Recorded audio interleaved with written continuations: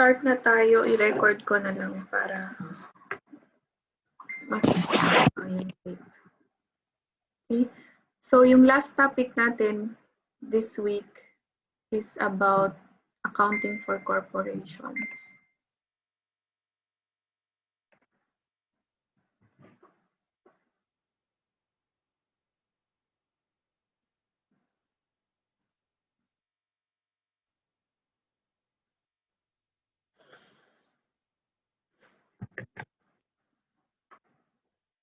Okay, so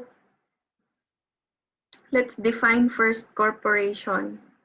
According to the Corporation Code of the Philippines, a corporation is an artificial being created by operation of law, having the right of succession and the powers, attributes, and properties expressly authorized by law or incident to its existence. Yan, so let's dissect the definition. First, it is an artificial being. Artificial meaning it's not a person, but it is a juridical person recognized by law, separate from its owners. Yan, created by operation of law. And then it has the right of succession, wherein you can transfer ownership to others. And it possesses the powers, attributes, and properties expressly authorized by law, or what one second. What powers were granted to the corporation by the law or by the Securities and Exchange Commission. Yan. It is a separate legal entity distinguished from its owners. Yan. Its operations are subject to higher degree of government regulation compared to other forms of business. So it is heavily regulated compared to partnership and owner's equity, especially if you are public corporation. Your shares can be issued to the public. So you have lots of regulatory rules that need to comply. Like your financial statements should be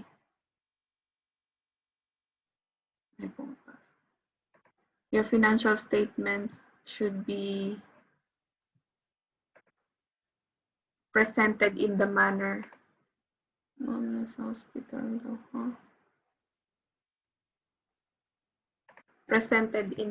required by the Securities and Exchange Commission or BIR, or if you are a bank, by the PSP. Okay. So we proceed with the organization of a corporation. It is formed by at least 5 but not exceeding 15 natural persons. So the incorporators, this refers to the incorporators or who plan to form a corporation. So there should be at least 5 incorporators but not exceeding 15. All of legal age and majority of whom are residents of the Philippines. So legal age meaning 18 and above. And residents of the Philippines. So these are the requirements if you plan to incorporate a corporation. Yan. Also, the articles of incorporation must be authorized by the SEC. So you have to register the corporation to the SEC, and then the articles of incorporation states the corporation's authorized capital stock. Authorized capital stock meaning the maximum stocks you can issue. Like for example, if you authorized 1 million shares, you can issue this. And you cannot exceed. Yan. And it is the maximum number of shares that the corporation can issue. Otherwise, it must amend its articles of incorporation, and any excess share issued is deemed illegal. So the a corporation has a limited number of shares that they can issue, only up to the authorized capital stock, which you have registered with the SEC.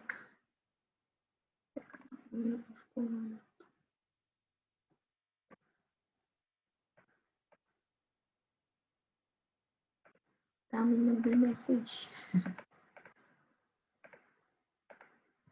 Yan. Yan. To amend the articles of incorporation, a majority vote of the board plus a vote by shareholders representing at least 2/3 of the outstanding share capital is needed. Majority meaning more than 50%. And then it must be ratified by the shareholders owning at least 2/3 of the outstanding share capital. So for example, yung board of directors nyo is, let's say, 15 board members. 15, so more than 50%, 8 people should vote. 8 people should vote plus at least 2/3 of outstanding share capital. Ang meaning ng 2/3 of outstanding share capital, yun yung mga hindi board members. So, mga owners lang ng shares. So, for example, meron kayong outstanding shares of 10,000. So, 10,000 times 2/3. So, 6,667 must approve for this amendment. Yan. After ratification, the amended AOI are filed with the SEC and shall become effective only upon SEC's approval. So when you were able to secure the minimum votes required to amend, you have to file this amendment to the SEC, and then only after the SEC will approve your request for amendment, that's the time you can execute the additional authorized capital stock. At least 25 of the corporation's authorized capitalization must be subscribed, and at least 25% of the total subscription must be paid upon subscription. So ito, you also have a requirement. Example, if you have 1 million authorized capital, authorized share capital, 25% or 250,000 must be subscribed. And out of this 250,000, 25%, 250,000 times 0.25, 62,500 must be paid upon incorporation. Yeah. Also, the paid up capital cannot be less than 5,000. So less than 5,000 paid up capital, you cannot form a corporation. So you familiarize with the rules of forming a corporation or organizing a corporation. Kasi important yan.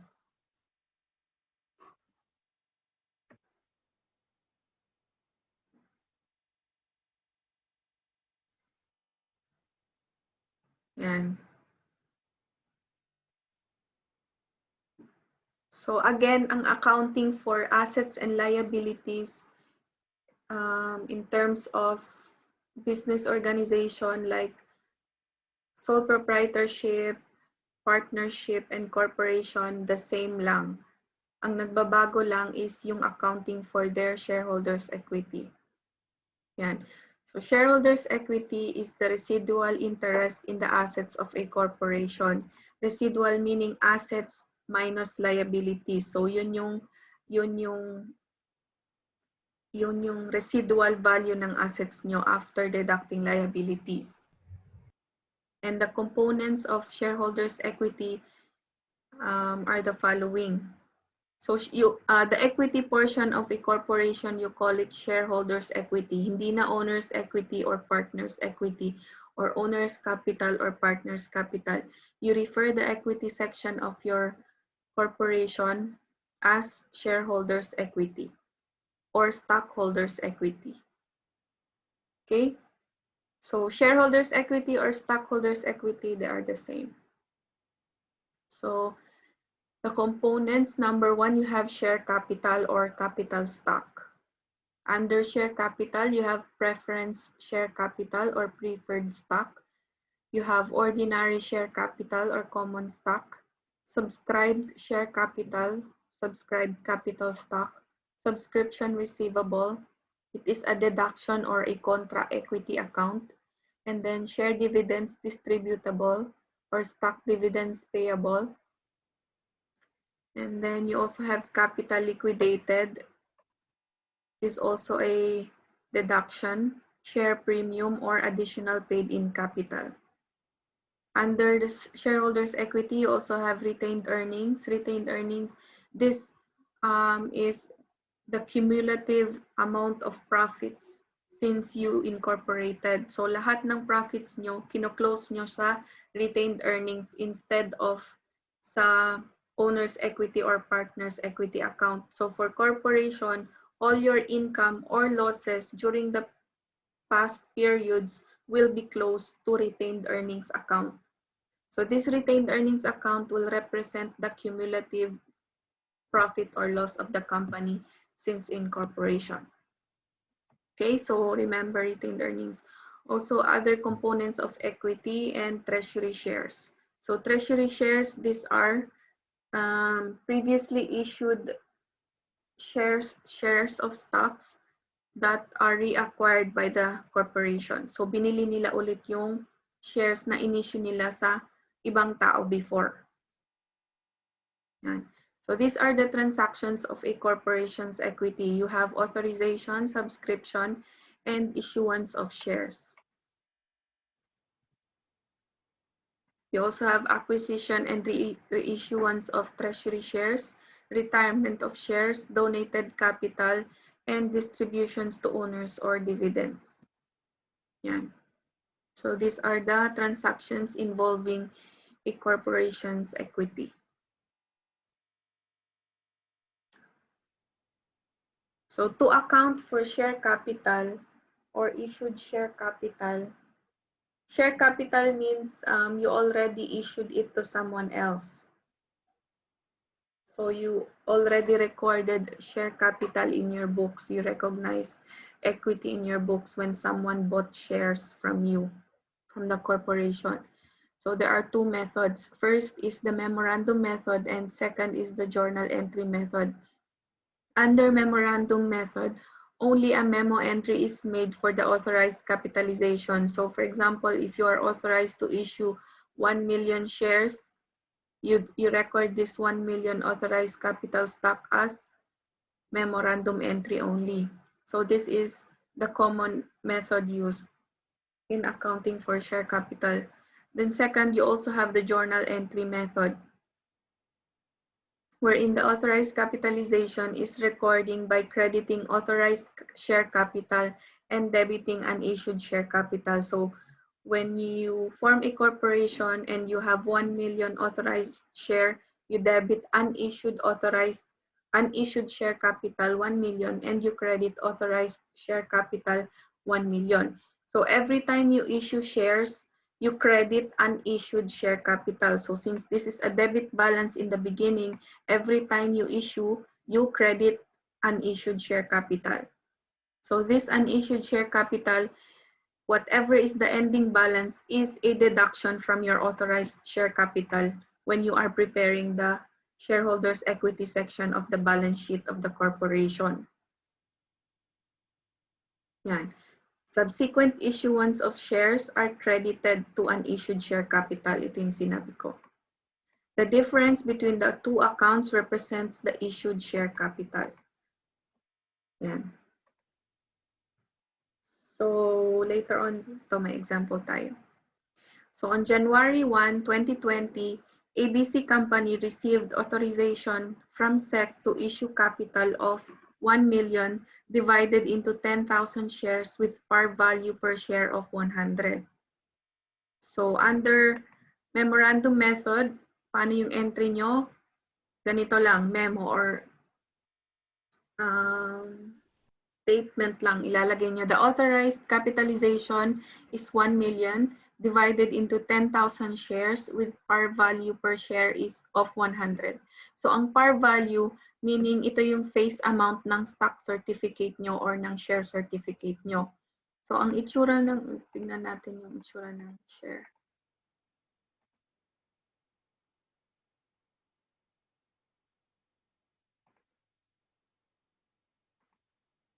So ito, example ng share stock or stock certificate, ganito. So for example, if you own a stock of PLDT, ganitong i-issue sa inyo. So this certifies that yung name mo is the owner of ganitong share number, ilang shares, ganun. So ganito yung itsura ng share capital or stock certificate na ini-issue sa mga stockholders ng corporation. Yan. So, under journal entry method naman, ito yung sinasabi ko, unissued share capital debit, 1 million, and then credit authorized share capital, 1 million. So, later on, makikita nyo yung difference ng presentation sa balance sheet ng equity section. Yan. So, authorized share capital represents the maximum number of shares that can be subscribed and issued to shareholders. So, ito lang yung inapprove ng SEC na pwedeng i-issue ng isang corporation. Ito yung maximum amount of shares na pwedeng i-issue ng corporation.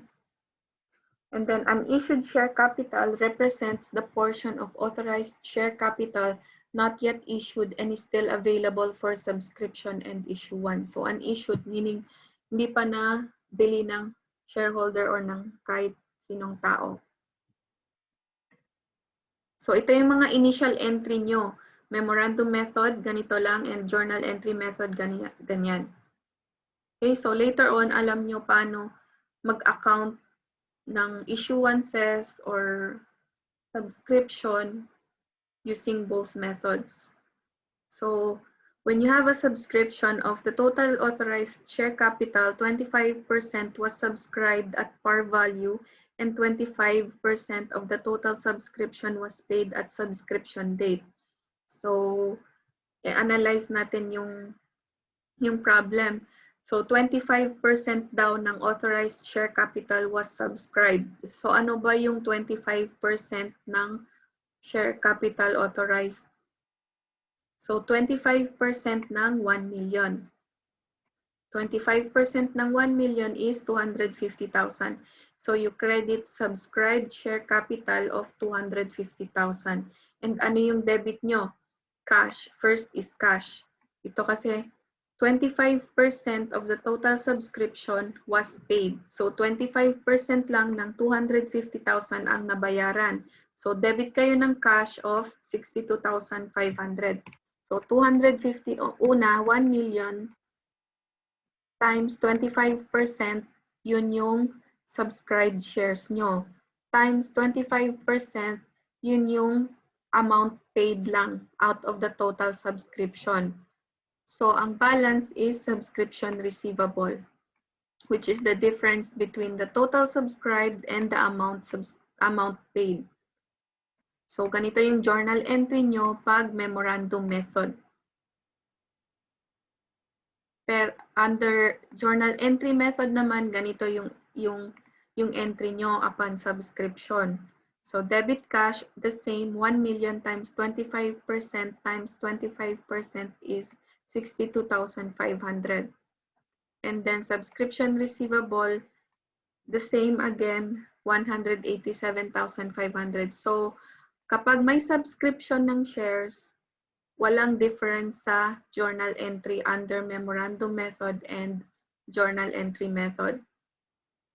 Magkakaroon lang ng difference upon issuance na or full payment of the subscription. So, ito. Subscription is a contract between the purchaser of shares or the investor, so sino yung bibili ng share sa corporation, and the corporation in which the purchaser promises to buy shares of the issuing company's stocks. So kapag wala pang pera ang investor ngayon, pwede siyang mag-subscribe muna ng shares and then later on both will agree on when the date the subscription will be settled. So yan, it should be a contract. So both parties are bound to fulfill the terms of the contract, which is to fulfill the subscription made. Yan. You also have subscription receivable, represents the unpaid portion of the subscription price. It is presented as a deduction from the related subscribed share capital. So, contra equity account siya. Negative siya sa shareholders equity section ng balance sheet. We also have subscribed share capital, represents the portion of the authorized share capital that is subscribed but not yet issued. So magkakaroon kayo ng additional account titles sa trial balance nyo. So you will have additional subscription receivable, subscribed share capital. Pag you're accounting for corporation. Yan. And then next we will see what will happen upon the collection of the subscription receivable. 10 minutes na lang daw. And finally, nag-issue na kayo ng shares. Okay? So under memorandum, yung problem pala, on February 1, 2020, ABC Company received full payment for 2,000 subscribed shares and issued the related share certificates. So under memorandum method, naka-receive ka na ng cash for the 2,000 subscribed shares. Magkano ba yung total subscribed shares nyo kanina? Ang total subscribed shares nyo kanina is 250,000 divided by the par value of, magkano yung par? 100. So 2,500 shares ang subscribed. Pero sinabi sa problem, 2,000 lang yung fully paid. And nag-issue na sila ng share certificates for this 2,000. So you will debit cash under memorandum method. You will debit cash 150,000. Paano nakuha yung 150,000? Subscription price, 2,000 shares times 100 par, 200,000. Portion already paid, 200,000 times 25%, 50,000. So yung balance na lang is 150,000. So 25% nito bayad na upon subscription. So ang balance na lang is 150,000. So debit nyo cash 150,000, credit subscription receivable 150,000. So nag-debit kayo kanina ng subscription receivable of 187,000. So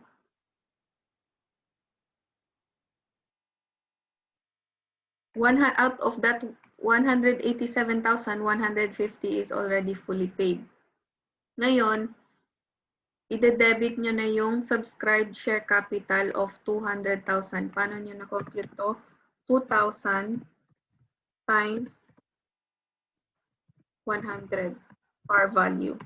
So always ang par value nyo ang gagamitin sa pag-debit or pag-credit ng subscribed share capital or share capital.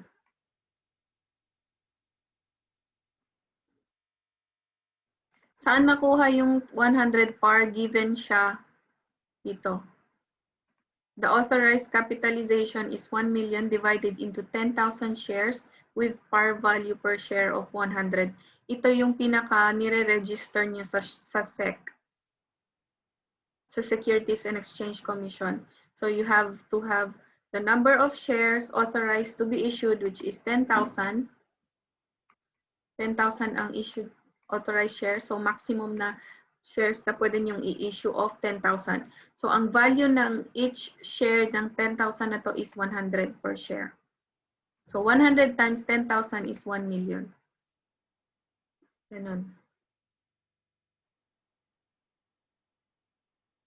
Yan. So pag mag-issue na kayo ng shares, ganito na, i-debit nyo na yung subscribed share capital. I-debit nyo na yung subscribed share capital and credit share capital na. So remember, ang gagamitin nyo sa pag-debit or credit ng share capital is always the par value. Any difference between the par value and the consideration received will be credited to share premium. Share premium account. Yan. Kapag under journal entry naman, same debit cash 150,000, credit subscription receivable 150,000. Magkakaroon ka ng difference sa credit ng second entry nyo. Sa memorandum entry, you use the share capital account. Sa journal entry method, you use unissued share capital account. So ito yung difference. Bakit nyo ginamit yung unissued share capital?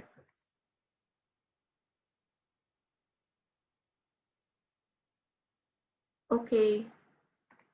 Bakit nyo ginamit yung unissued share capital? Kasi initial entry, nag-debit ka ng unissued share capital of 1 million.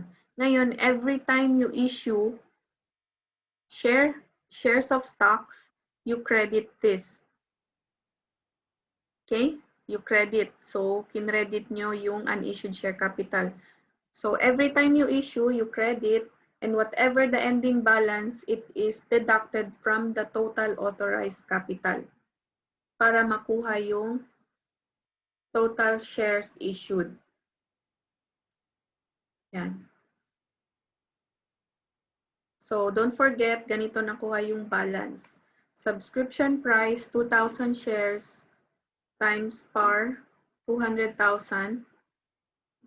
Portion already paid, 25%. So, ang balance na lang ng cash collection is 150,000.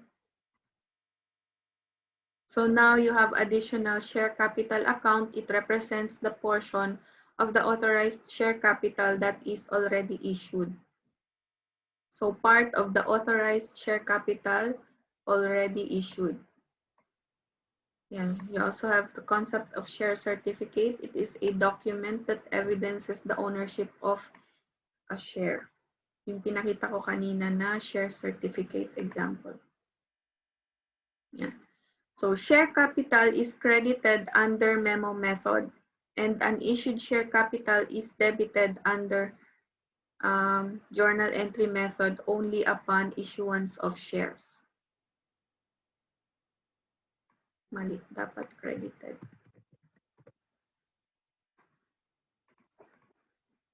So under the corporation code, shares and share certificates are issued to subscribers only upon full payment of the subscription price. So kapag nag-subscribe pa lang sila, hindi nyo pa gagamitin yung share capital account kasi hindi nyo pa in-issue yung stock certificate or yung share certificate. So ang gagamitin nyo is subscribed share capital. Kapag na-issue na finally ang sinubscribed share capital, i-debit nyo na siya. And then credit share capital. Also, the corporation code prohibits the issuance of shares in exchange for promissory notes or future services. The corporation must receive first the full consideration before shares are issued. So, kapag hindi pa bayad, fully paid, ang investor sa share na bibilhin niya, wala pa siyang right or wala pang hindi pa pwede i-issue sa kanya yung share certificate ng corporation.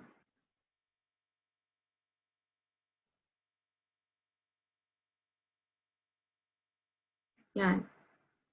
Meron namang cash subscription.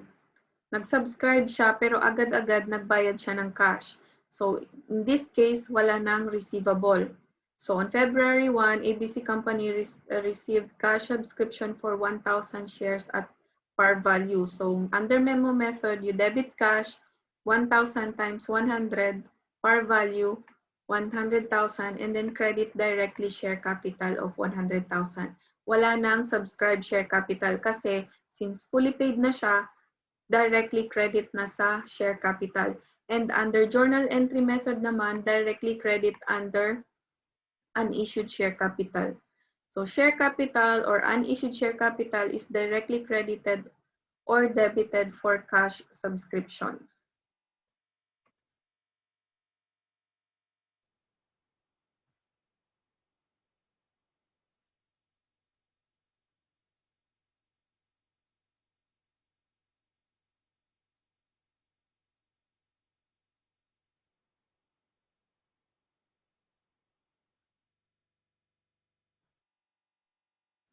Okay, clear ba so far? Yung concept ng subscribing, concept ng issuance,